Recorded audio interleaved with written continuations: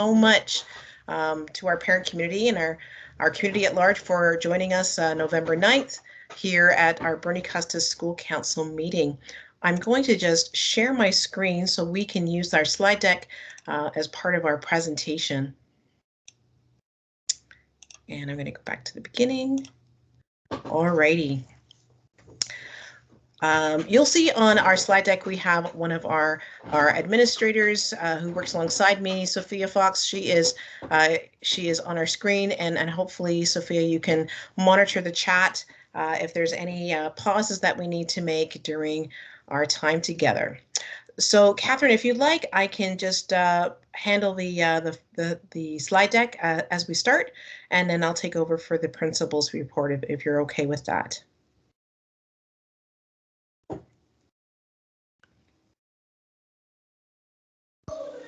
Sounds good. Keep going.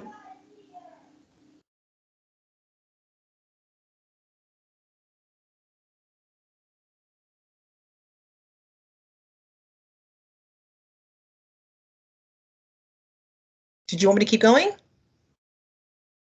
Yeah, just keep going, Sonia. Okay.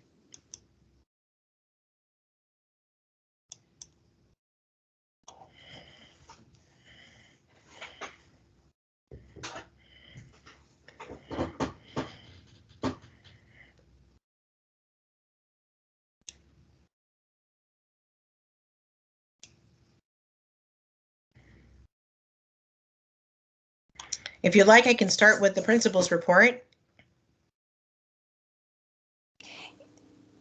Sorry, I'm not sure. Can you hear me? I can hear you now, yes. Oh, sorry. No, I was saying just keep going, like, because you've got a lot to cover. So go ahead and just jump right in. Sorry. Okay. No problem. I'll just I'll go straight to our agenda items for the principal's report. The first on our list is the Quadmester 2 model learning model update. So if I can just share with you our next slide. Oh, and this is what we're going to be talking about today, sharing some post-secondary pathway scholarship applications information, urban priority funding update in terms of our action plan for this coming school year. And just some initial points to share in terms of our school fundraising plan for this year. So the first item I'd like to share is just an update of our Quadmester model of learning. And I'm sharing our school calendar with our secondary school divided into quadmesters, and as you can see, our first quadmester is coming to an end. Here we are, November 9th. You'll notice it is in purple, which means it is the last day of instruction. For the rest of this week, the 10th to the 12th of November, these are what we call student success days. So here, these days are intended for students who are not passing. They're right now at a place that's below 50%.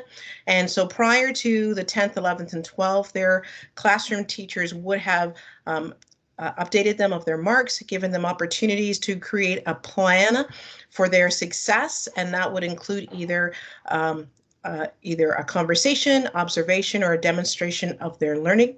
Sorry, excuse me.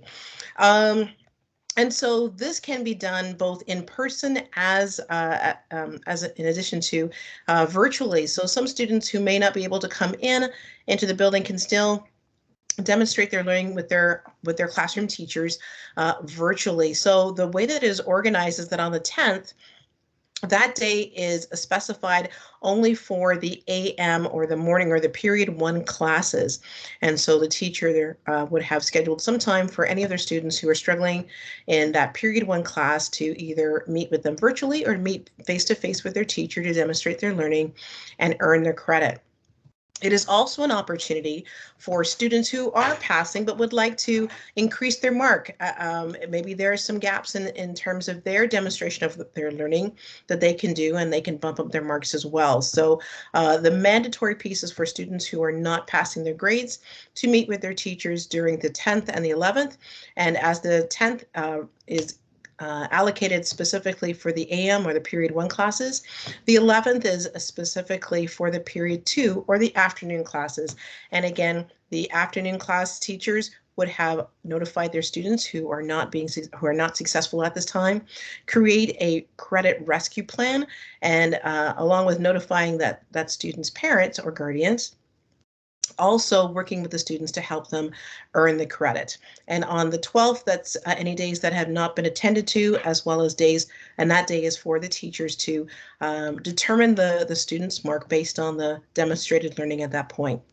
You'll notice on the 15th, it's in green. It's the first day. So the green on our calendar are the first days of the following quadmester. And so for the month of November, we have it starts on the 15th, and that reflects the students' second half of their timetable. So this is periods 3 in the morning and period 4 in the afternoon.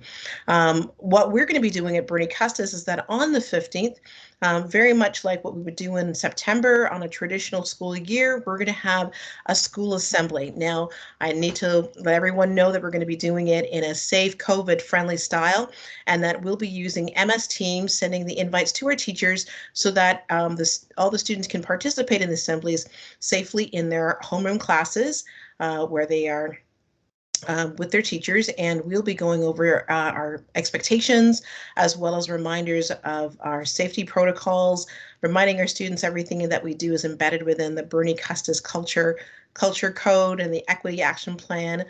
And just ensuring that some of the operational pieces are reviewed so that we can start afresh and revisit some of our protocols and our practices as Bernie Custis Tigers.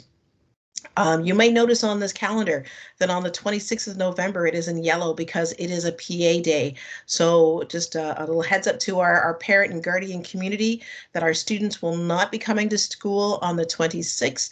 The focus for that PA day is the first half is on equity and inclusion and working with one of our hub tools called On the Horizon and equipping our students with building capacity and having those very brave conversations with our students based on the LDR tool. And in the afternoon, we'll be looking at our school annual plan.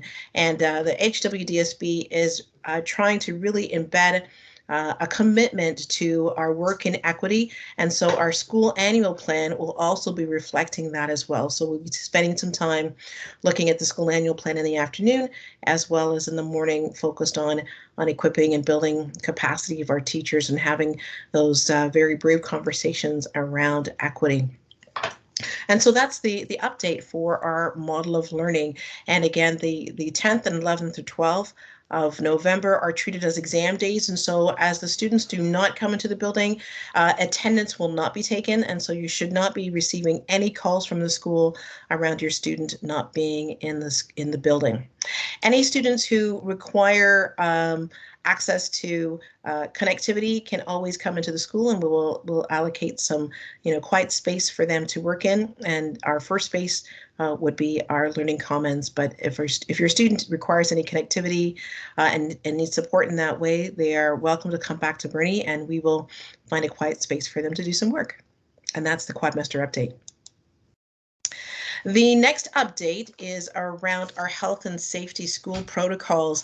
Our school community had received from our system a letter outlining a hold and secure protocol and procedure that was held yesterday, and we've received a lot of questions, emails, communications from our parents around the process of the health and the hold and secure. And I don't want to revisit the content of the letter, but I do want to just take a little time just to outline some of our safe school protocols and some of the factors that contribute to the decision making around some of these protocols. So the next chart that I would like to share with you on the next slide just outlines the process of communication, who communicates to whom, as well, just hopefully providing a bit of a bigger picture into the decision making that takes place with some of our school protocols. So you'll see on this slide, it does say that, there is an emergency response, and this would be a flow chart that we would use either before school, during the school hours, or even after school. And you'll see that at the very top, the first person or the people who would indicate or communicate any kind of an emergency response is the principal or designate. And so that would be either myself if I'm in the building, or Ms. Fox, one of our vice principals, or Mr. Goodrum, or a staff who was identified as being an emergency response person at school if any of the administration team is off-site. And so, of course, if there's an emergency, our first step would be to call 911. And as the principal, the second step, if I'm not on site, the whoever's designated would contact me, but I'm in the building, and so I would contact my superintendent. And if necessary or if required, we would call our facilities operations supervisor. And you'll see, according to the chart, the superintendent is responsible for calling a lot of people within our system, and that just depends. And you'll notice for some of the flow chart, it says if required. It does depend on the type of emergency. It does depend on each case, whether they would contact a trustee or perhaps an associate director, or if necessary, senior management. And from there on, these various other parties would have to be responsible for contacting the ministry or the director or the co-chair if it's something that the health and safety manager has to follow up on. So I only share this slide just to say that in terms of our hold and secure procedure yesterday, we were in compliance to our protocols in terms of communicating to our superintendent. And we also, as you can see with 911, we are responsible for collaborating with this emergency crew. And so if the police give us a direction in terms of our next steps, we need to work together with our emergency response team, be it the firefighters, be it police in terms of our direction, but we always work in collaboration with our family of school superintendent as well. So we do welcome our parents in contacting the school if you have questions, sending us emails, and as I said, we've received quite a few communications from our parents. It is not a perfect plan. With every incident that we receive, there was lots of debriefing and reflecting and revising and reviewing of our procedures to make sure that, number one, our students and our staff are kept safe, and that we communicate as much as we can to our parent community so that they're made aware of all the procedures and the outcomes of any event that takes place. So if there is any concerns or questions that our parent guardian community has, we do welcome you to contact us. We're here to answer your questions, and if we do not know, of course, as you can see from our slide here, we have other folks who are within our organization who we can refer to. We can confirm various moves or steps, and we can come back to our parent community. So thank you so much for sharing with us your questions and your concerns, and we hope that we continue to work together on keeping our schools safe. I have just a few updates in terms of our post-secondary pathways. For the last month, our team in student services, i.e. our guidance counselors, have been hosting weekly drop-ins at lunchtime, just helping our grade 11 and 12 students just navigate the pathways of post-secondary applications and scholarships. And so if your student is in grade 11 and or grade 12, and they have not heard about our lunchtime sessions, please encourage them to contact their guidance counselor, as well as that our student services has their own hub page, and there is information on how to apply for post-secondary schools. If your student is not aware of that, if they go into the Bernie Custis hub page using their device or a computer. They can also get access to the Bernie Custis Student Services hub page, and it has a lot of different tabs to navigate, to help a student navigate their way through many of their questions around post-secondary pathways, applications, and scholarships, and they are updated regularly. So any new scholarship or bursary or grant that is being shared to the schools has been updated on the hub page. So please encourage your students to come to our lunchtime workshops, and if they are not available to do so, to contact their guidance counselor for more information, and or check out the hub page for more information there too.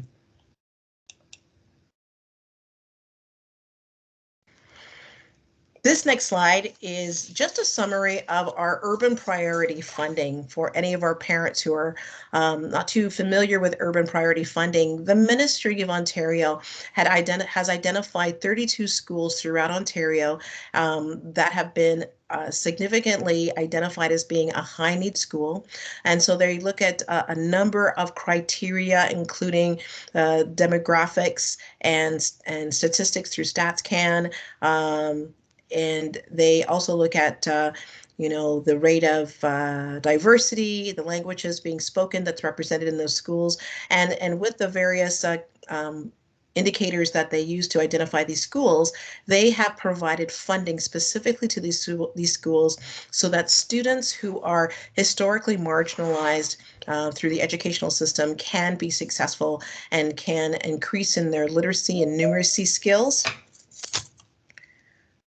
Hopefully we can get somebody in. There's numeracy skills, as well as helping our students increase their pathways for post-secondary education. So with our priority funding, this year's action plan has funded the following. It has funded an additional social worker in our building. So we not only have Monica Vicencio, who is our social worker, who works in our school 4 days a week. We also have the addition of a mental health social worker, Melissa, who works with our students specifically in the areas of mental health.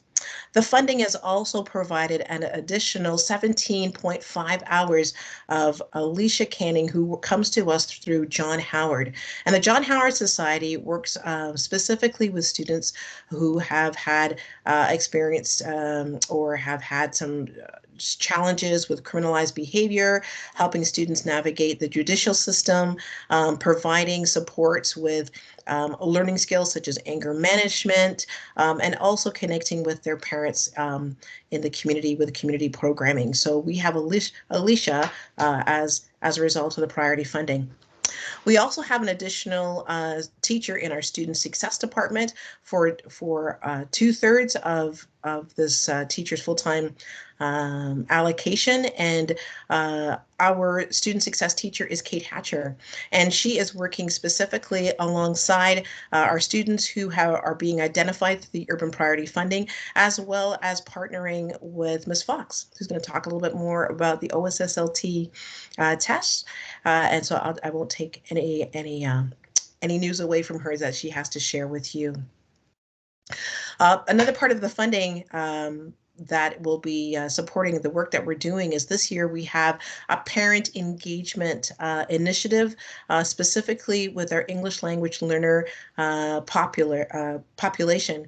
And so we recognize that we can do a little bit better, and we can do a little bit more in engaging our parents whose first language is not English. And so this funding will provide opportunities for us to go into the spaces and places where some of our English language parents and guardians reside, and engage them in the program here at Bernie Custis, and encouraging them hopefully to get involved with, for example, our school council and other initiatives we have here at school.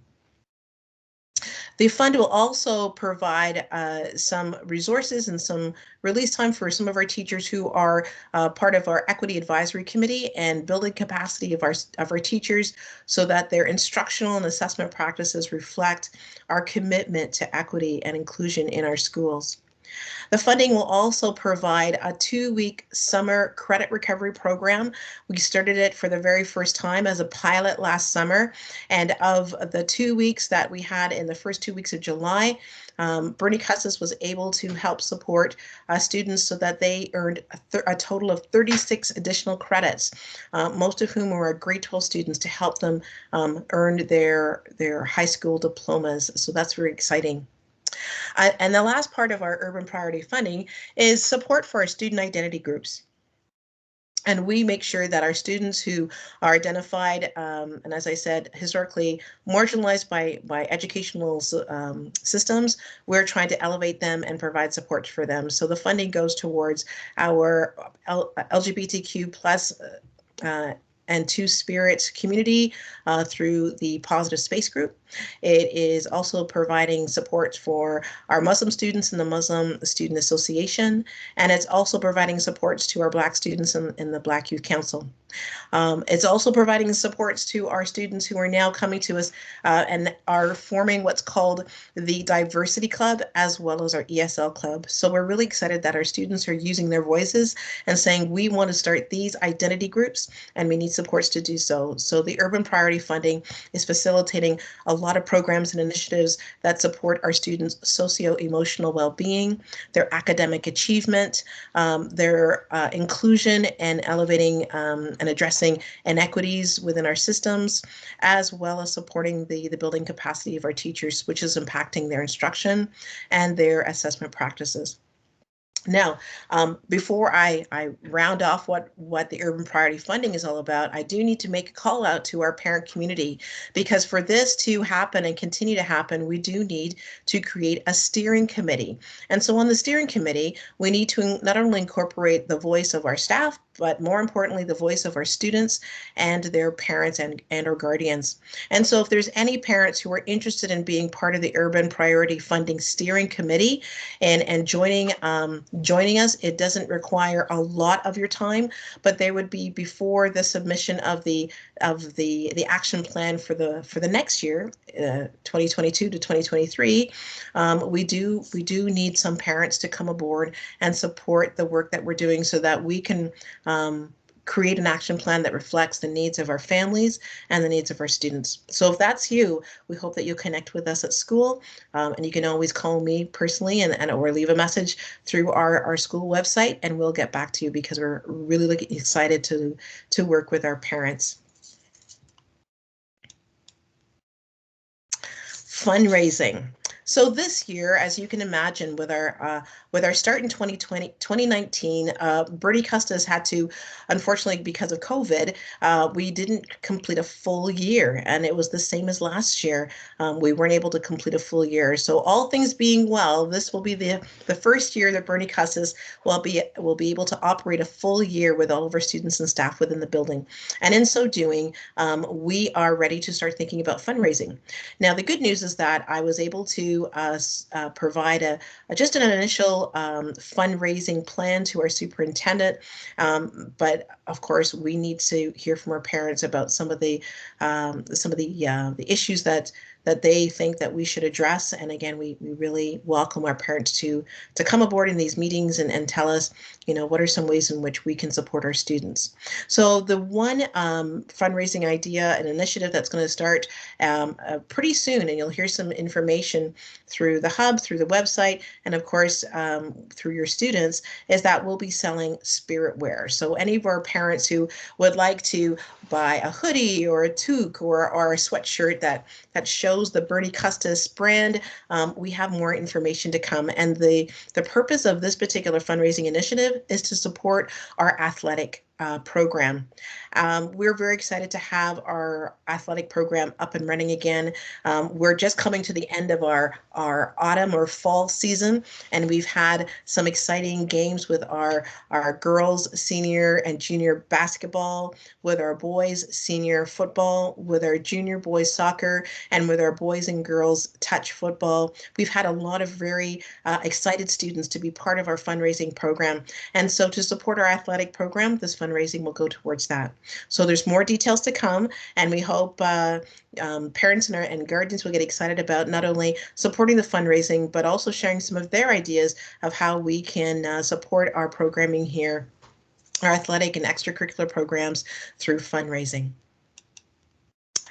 And now I'm going to continue presenting, but I'd like to present Sophia Fox, who's our vice principal here at Bernie Custis, and she is taking the lead on the EQAO, specifically the OSSLT, the Ontario Secondary School Literacy Test. And Sophia is here to also explain what it might look like, or what it's going to look like here in November at Bernie Custis through the virtual world. So I'll leave it up to you, Sophia. Thank you. Thank you so much for having me. Sonia, I think before I get talking about the literacy test, perhaps I do see some comments on the chat, and maybe if parents would like to turn on their mics, they can ask their questions. Absolutely.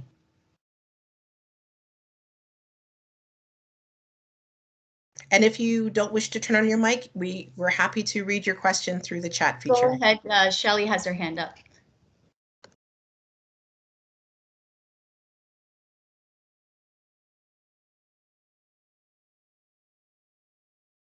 Can you hear me now? Yes, we can hear you. I just said hello to everybody and I realized I still had it on mute. I apologize. Hi, Miss Sykes. It's nice to see you. It's so nice to see you too. And it's nice to meet you, Miss Fox. I had a couple of questions regarding the hold and secure that happened yesterday. And Catherine had a note, and I think I might cover a lot of what she's got in this note that she's put in the chat. You mentioned there was a letter outlining the hold and secure. How did that go out to parents? The letter was posted on the school website. So it wasn't pushed to the parents? No, the communication department had placed a letter on the school website. Okay. So I happened to look and see what the board's policy was for communication to parents.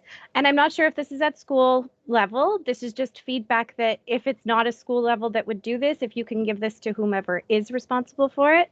Yes. There was very limited communication. And the policy does state that corporate communications will be in contact with local media outlets. That did not happen.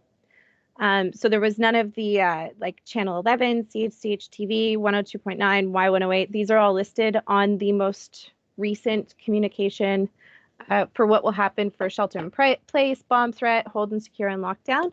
So there was no communication to those specific media outlets. Okay. Excuse me. Sorry. I can turn my camera on too, so I'm not just a floating voice. Hi. Hi.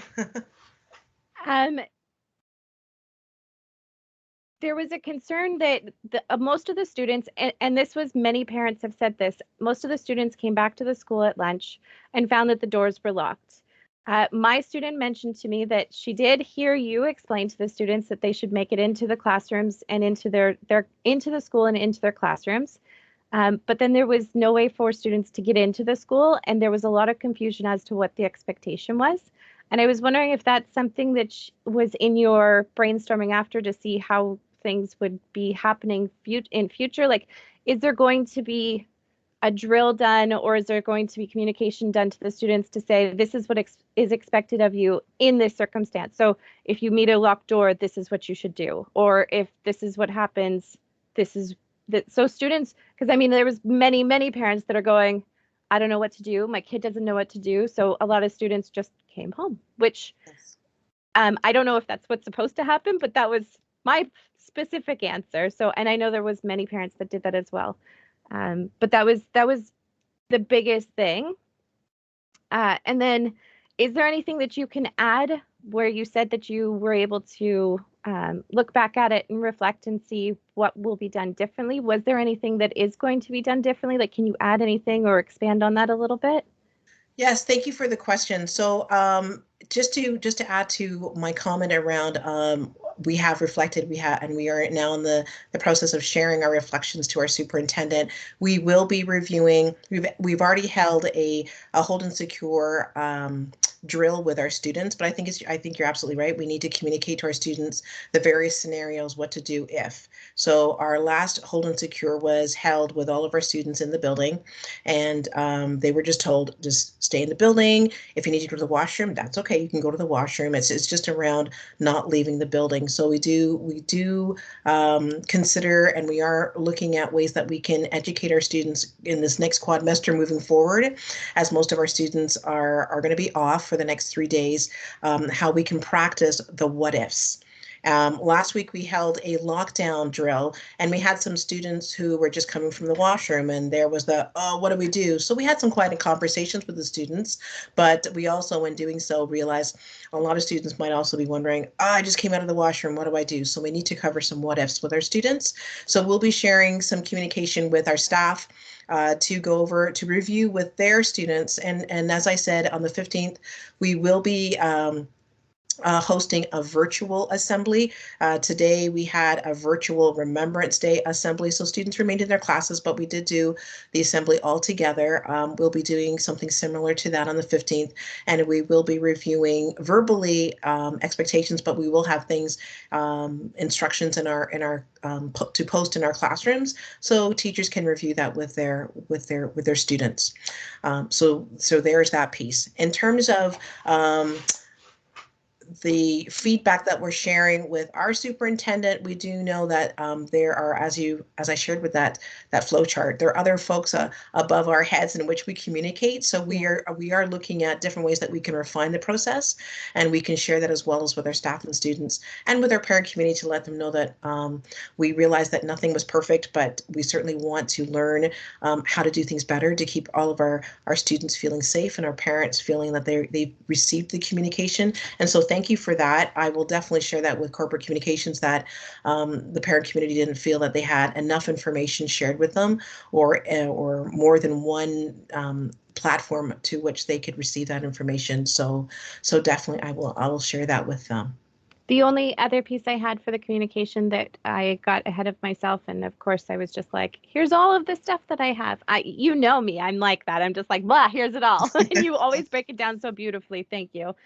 One of the other points that's on the communication to parents, guardians for those situations, there's a center voice should come out to parents. Mm-hmm. I know of at least 6 parents that didn't receive a center voice. So that's just some feedback that going, so that you know that didn't happen. Okay. And that could probably supplement or support your communication plan. Thank you so much. I will share that with corporate communications, definitely. Thank you. Thank you. Were there any other questions to share?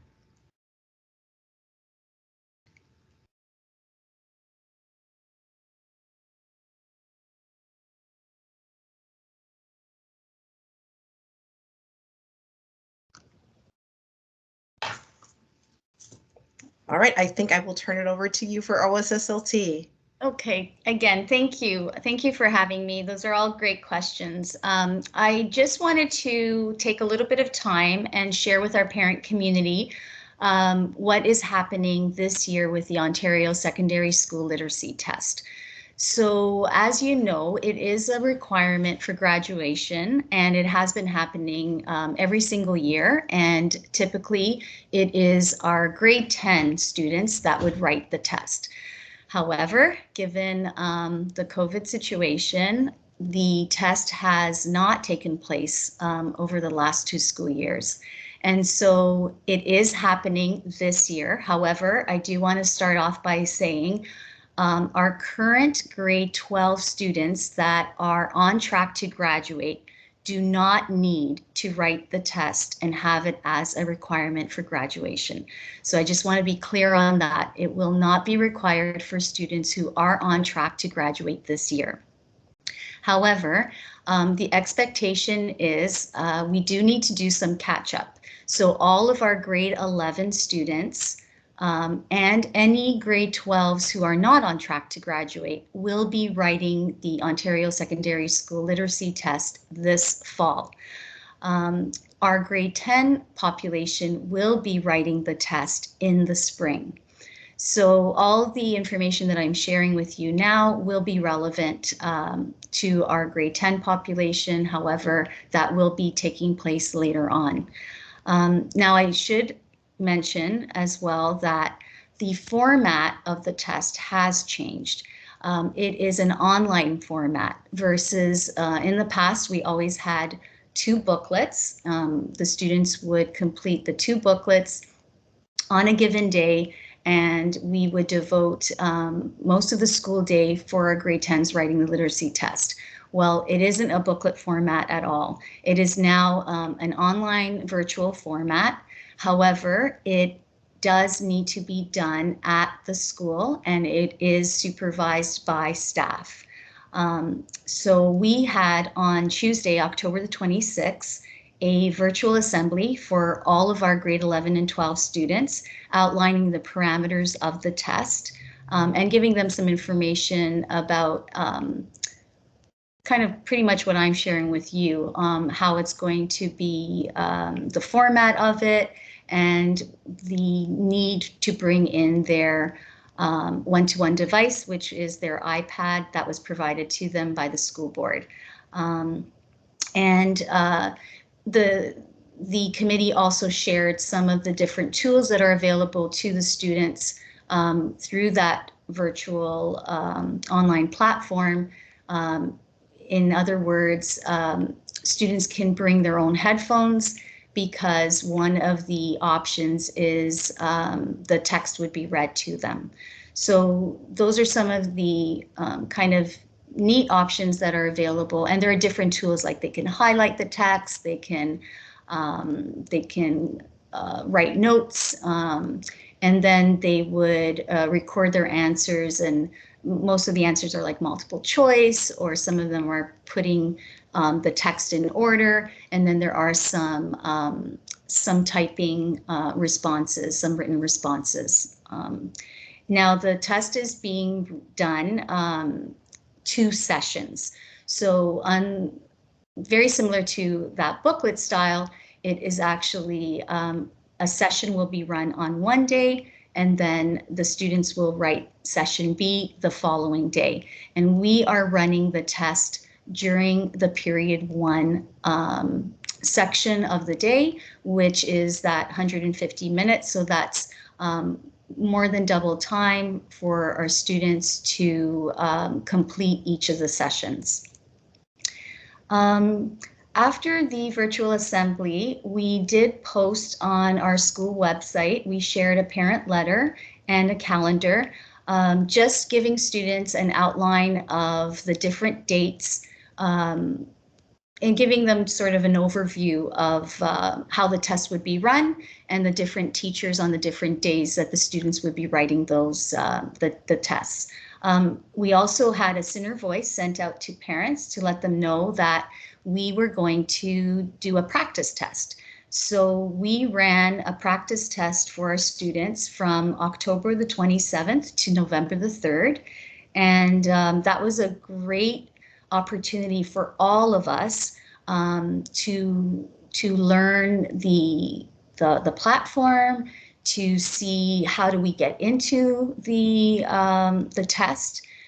So what happens is IIT has pushed a Safe Exam Browser app onto all of the devices that students need to enter the test through that exam browser.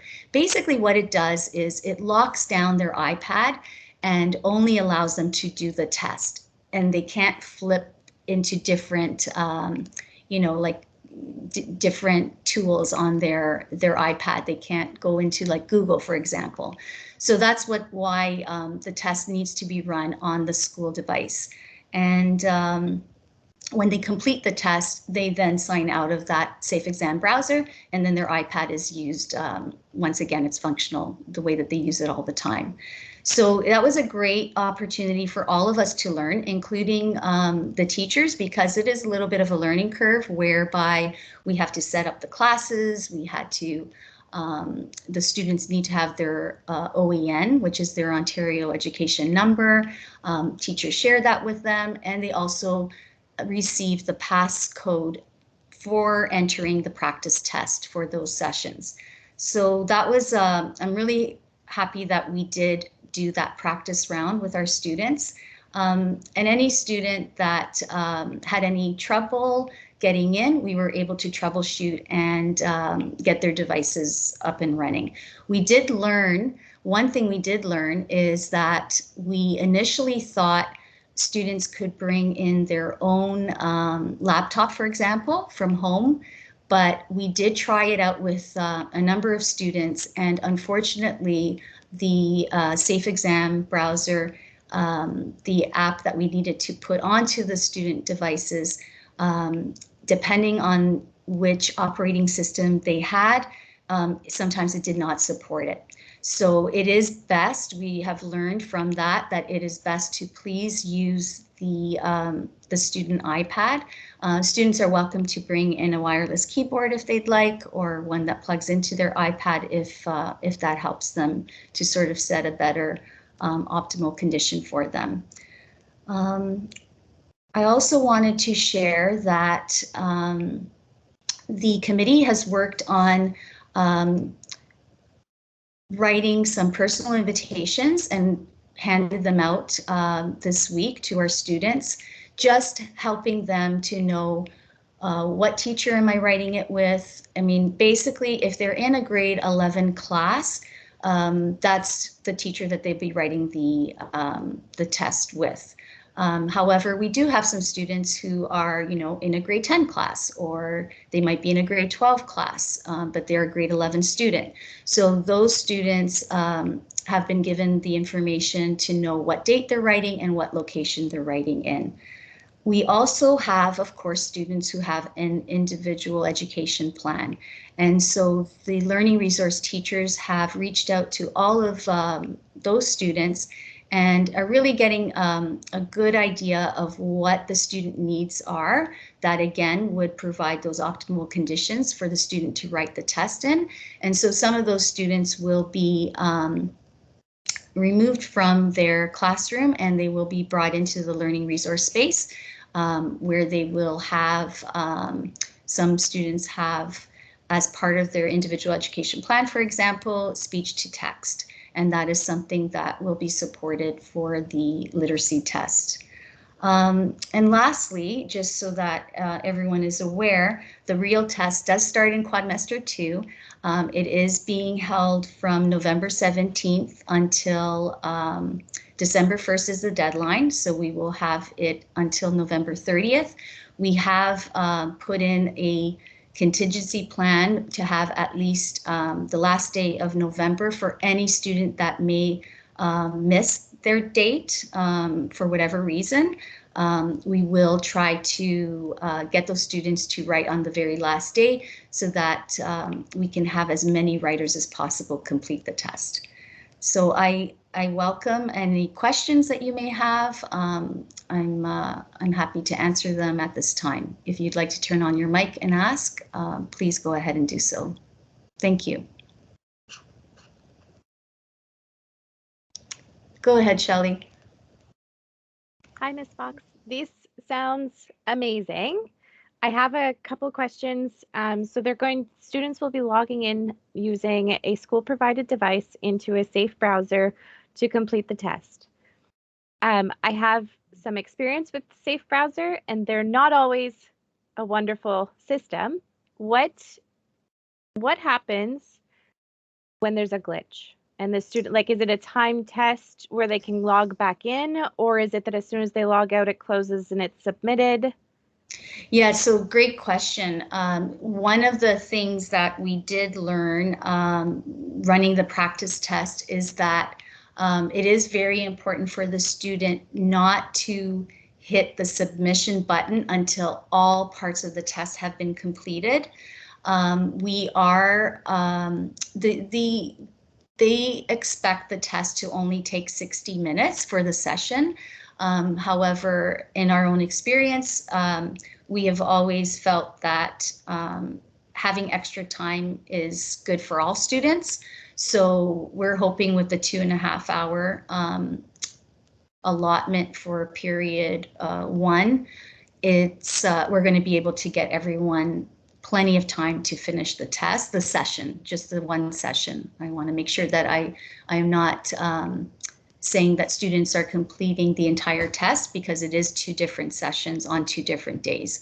But in the event that there are any glitches, we have a small team of us that will be available and able to go into the different rooms. That's why one of the reasons why it's taking us so many days to complete it is, rather than having every single class doing it on one day, we've broken it down to about 5 or 6 classes per day, so that we can have a team of people. We also have our IT person on hand in case there are glitches, and we can go in and troubleshoot for the student. Worst case scenario, for some reason, if there is, you know, a real problem that is EQAO's end, which can happen, we do have the ability to call them and they can help us as well. So it's kind of like all hands on deck, and we're going to do our best to help and support our students to get them through this, because we know it's already like an anxious time just to be writing this. And also, I should mention that in the event that a student is unsuccessful, not to worry. They can write it again in the spring. They have another opportunity. And secondly, they do have the option, if they think, you know what, I don't want to keep writing this test, I would prefer to take the Ontario Literacy course. And that is a way to achieve the requirement for graduation. And that's just kind of a, you know, for some students that works the best because they have a classroom teacher to support them. It's over an entire, you know, semester to achieve the credit. And that alleviates that sort of like test taking anxiety that some students we know face. Awesome, thank you. You're welcome. Any other questions?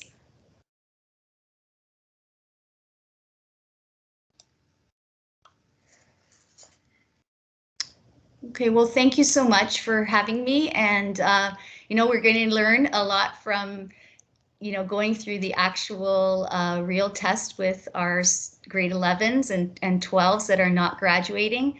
And we do have some ideas for our grade 10s as we move into the spring, but hopefully we're going to, you know, learn a lot from running this test and be able to just help our grade 10s be successful as well. Thank you, everyone.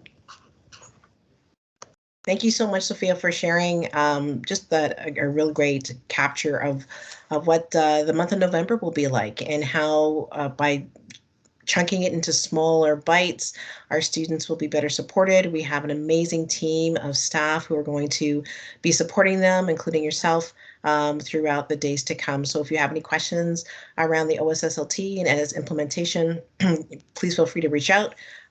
We have already shared quite a lot of information and will continue to do so. So thank you again for sharing this. I did want to just remind our parent guardian community that our future school council meetings will be one in February the 8th, another in April 12th, and our last one, June 14th. Hopefully in June, we'll have some more interested parents or guardians or members of our community who would like to participate or start thinking maybe about participating for our upcoming school year and our election and nominations in that point too. So I'm just going to just close it off by saying thank you so much for participating, and if you weren't able to join us on the exact day, that's completely fine, which is why we record this session, so our parent community can still avail themselves to the information that's shared and also receive the invitation that we extend to all of you. We thank you so much for participating in this space, as also for communicating with us on how to better support your students. So thank you for all the work that you do on behalf of your students. And again, please email us or contact us, call us if there's any questions that we can provide some answers to, or if you have any feedback for us. We really do appreciate that, and we partner together to helping your students feel safe and to achieve.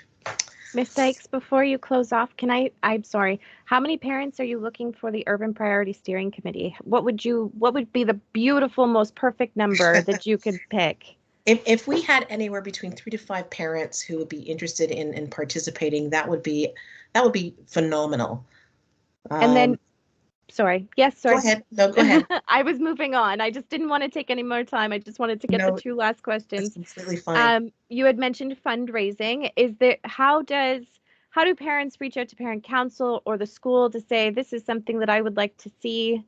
Is there an email for parent council this year, or is it better to reach out to you directly, or is there a parent that is heading or a teacher that's heading the fundraising? Actually, I'd like to just loop in Catherine, who is our chair. She has an email address that interested parents or guardians can reach out to for school council. The 2 initiatives that have been provided right now to our superintendent, they're just the beginning, and he says, the window is open. We recognize that our deadline to receive this plan may not coalesce with every school's dates to meet with their councils, so they are open to hearing of more ideas around fundraising. So you'll see on this slide there is a school website, but we also have, and I'm sorry, I'm remiss for not putting on our council, our chair's email as well, but we'll have that on the school website, the page for school council supports. So if you're not able to reach us through the one, you can definitely speak directly to Catherine with the other website. Beautiful. Thank you. Thank you so much. Not at all. Thank you so much. Those are great questions. Catherine, would you like me to turn it over to you? And the email was put in the chat by Catherine. Thank you so much. If you're okay, Catherine, I can close off for this evening. Yeah, that's great. Go ahead. So thanks everybody for being here, and yeah, definitely let's figure out how to get more involvement going on. I think it's been a little bit slow, but I think it's growing. So thank you, everybody. Thank you so much. Good night, everyone. Thank you. Good night.